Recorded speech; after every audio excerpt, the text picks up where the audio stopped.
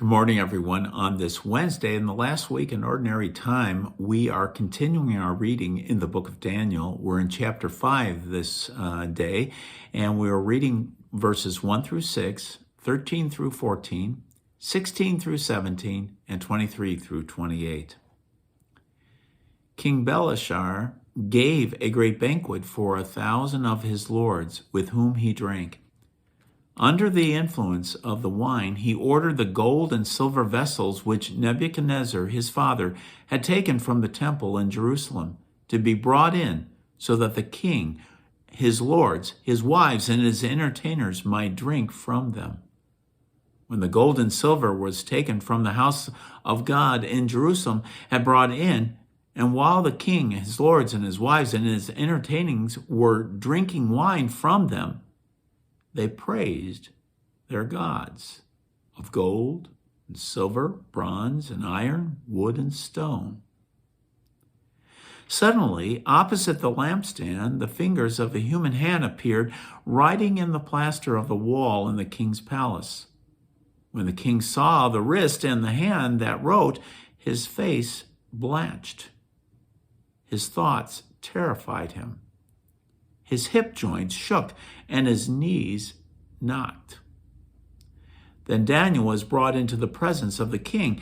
The king asked him, "Are you the Daniel, the Jewish exile, whom my father the king brought from Judah? I have heard that the Spirit of God is in you, that you possess brilliant knowledge and extraordinary wisdom. I have heard that you can interpret dreams and solve difficulties.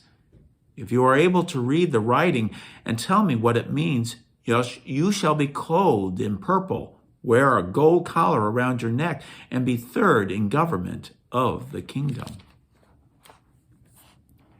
Daniel answered the king, "You may keep your gifts or give your presents to someone else, but the writing I will read for you, O king, and tell you what it means.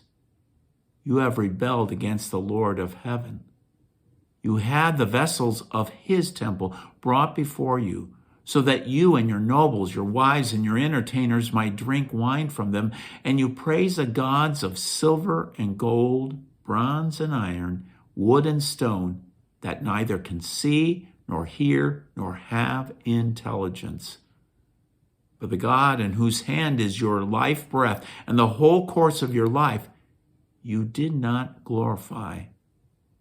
By him were the wrist and hand sent, and the writing set down. This is the writing that was inscribed, Mene, Tekel, and Peres. These words mean Mene, God has numbered your kingdom and put an end to it. Tekel, you have been weighed in the scales and found wanting. Peres, your kingdom has been divided and given to the Medes and Persians. The word of the Lord. Thanks be to God. As one commentator put it, it's deja vu all over again. Just as earlier, Daniel was called to solve a great mystery for King Nebuchadnezzar. Now his son has a mystery, and who is called but Daniel again. However, for this one, it doesn't bode well at all for Belshazzar. He had taken specifically the vessels that were earmarked for God and God alone and used them in profane ways. Interesting thing. God takes very note of things that have been set apart for important purposes, which kind of, I think it should give us a notice in our own lives when we have been set apart as his workmanship.